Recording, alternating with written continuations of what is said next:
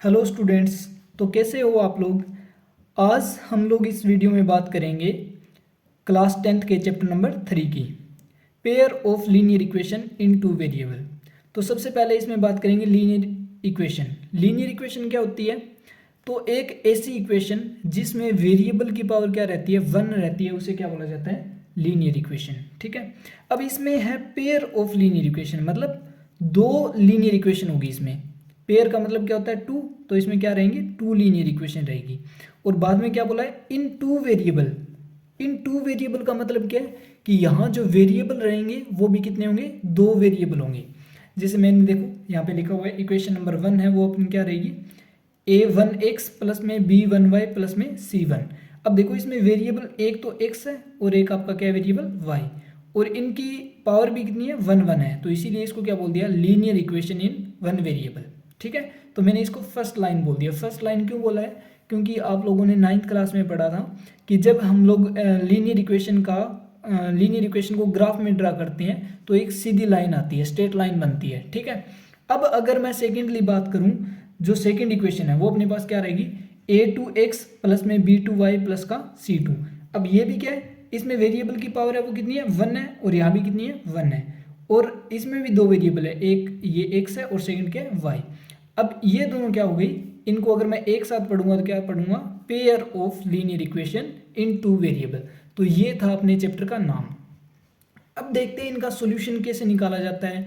तो इनका सॉल्यूशन है वो किस टाइप से दिया जाता है कि दोनों के दोनों लाइन के कितने सॉल्यूशन हो सकते हैं। तो पहले इनको ग्राफिकली ड्रा किया गया। ग्राफिकली ड्रा करके फिर देखा गया कि ये जो दोनों लाइन है वो कितने सॉल्यूशन देगी। अब देखो सॉल्यूशन कहाँ मिलेंगे? अगर दोनों की दोनों लाइन किसी भी पॉइंट पे क्या कर रही है? कट कर रही है, तो वहां अपने को क्या मिलेगा? सॉल्यूशन मिलेगा। जैसे देखो मैंने पहले ये बनाया है, ये अपने पास क्या होता है? एक्स एक्सिस होता है, ये क्या है? Y axis. अगर मैं दोनों में से एक लाइन ड्रा करूं, फर्स्ट लाइन ड्रॉ करते हैं, तो ये वाली जैसे ये बन जाएगी लाइन, मान लेते हैं। ठीक है। अगर मैं सेकेंड लाइन ड्रा करूंगा तो ये वाली लाइन आ जाएगी। तो ये क्या हो गया अपने पास? Second line. अब ये किसी एक पॉइंट पे क्या कर रही है? इंटरसेक्ट कर रही है। तो अपने पास इसके जो सोल्यूशन रहेंगे वो कितना रहेगा? एक सोल्यूशन रहेगा। ठीक है।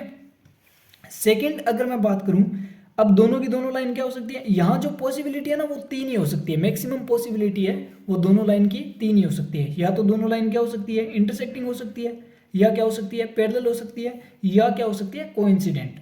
अब देखो, अब अगर मैं ये एक्स एक्सिस है आपकी और ये वाई एक्सिस, ग्राफ ड्रा किया मैंने, फर्स्ट वाली लाइन है वो क्या जाएगी? Straight line. तो इस टाइप से बना दी, और सेकंड लाइन में क्या है? इसी टाइप से है। तो ये दोनों की दोनों लाइन क्या है? पैरेलल है। अगर पैरेलल है तो ये कहीं पे भी कट नहीं करेगी, और अगर ये दोनों कट नहीं करेगी तो इनका कोई सॉल्यूशन नहीं आएगा। ठीक है। इसीलिए पैरेलल लाइन का कोई सॉल्यूशन नहीं होता। और पैरेलल लाइन को तो आपको पता होगा क्या होती है parallel line? The perpendicular distance between the two lines at every point is equal is called the parallel lines. ठीक है। अब देखो थर्डली जो इसमें पढ़ेंगे वो क्या है अपने पास? ये तीसरा है, ये एक्स एक्सिस, ये वाई एक्सिस। अगर मैं फर्स्ट लाइन ड्रा करूं तो ये वाली लाइन है, और जो सेकंड ड्रा करूंगा वो इसी के ऊपर लाइन आ जाएगी। ठीक है। लाइन के ऊपर अगर लाइन आ रही है तो उसे क्या बोला जाता है? को इंसिडेंट लाइन बोला जाता है। क्या बोला जाता है? को इंसिडेंट लाइन।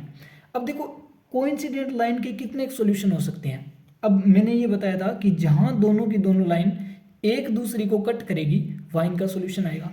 अब देखो फर्स्ट लाइन ये आपकी नीचे वाली है, सेकंड लाइन आपको ब्लैक कलर की दिखाई दे रही होगी ऊपर वाली। तो ये वाली लाइन है वो नीचे वाली लाइन को हर एक जगह कट कर रही है, हर एक जगह टच कर रही है। तो जहां जहां टच कर रही है वहां सोल्यूशन आएंगे। अब मैं गिन तो सकता नहीं कितने सोल्यूशन होंगे, तो कितने हो सकते हैं इसके? इनफाइनाइट मैनी सोल्यूशन बोल दिए जाते हैं, क्योंकि ये लाइन पता नहीं कितनी बड़ी हो सकती है। ठीक है। अब देखो अगर आपके एग्जाम में क्वेश्चन आता है तो हम लोग ग्राफ बना के नहीं देख सकते बार बार कि कितने सॉल्यूशन रहेंगे कितने नहीं रहेंगे। इसीलिए इनकी ट्रिक दी गई है कि अगर अपने पास दो इक्वेशन दे रखी है तो दोनों इक्वेशन के कितने सॉल्यूशन हो सकते हैं उनको फाइंड करने के लिए। ठीक है। फर्स्टली अगर मैं बात करूं, ये जो थर्ड नंबर है उसके लिए, अगर दोनों जो लाइन है उनका अगर रेशियो लिया जाता है a1/a2 बराबर आ जाए b1/b2 के, और बराबर आ जाए किसके? c1/c2 के। अगर ये तीनों का तीनों रेशियो इक्वल हो जाए तो मैं क्या बोल सकता हूँ कि ये जो लाइन है दोनों की दोनों वो क्या रहेगी? कोइंसिडेंट लाइन रहेगी। और अगर दोनों कोइंसिडेंट लाइन है तो वो क्या देंगी? Infinite many solution. ठीक है। इसीलिए इन दोनों लाइन के इनफाइनाइट मैनी सॉल्यूशन आते हैं। अब सेकेंडली अगर बात करूं तो ये क्या है? इंटरसेक्टिंग लाइन के लिए अगर a1/a2 आया आपका, A1/A2 not is equal to आ जाए B1/B2 के, ठीक है। अगर ये दोनों ही रेशियो इक्वल ना हो, अगर इक्वल ना हो तो वो क्या करेगी, दोनों की दोनों लाइन किसी एक पॉइंट पे कट करेगी, और अगर वो एक पॉइंट पे कट कर रही है तो उन्हें क्या बोलेंगे, इंटरसेक्टिंग लाइन, और वो एक ही सॉल्यूशन देगी, ठीक है। थर्ड इसमें क्या रहेगा, थर्ड अगर बात करें तो A1/A2 बराबर आ जाए B1/B2 के, और नॉट इज इक्वल टू आ जाएगी इसके C1/C2 के।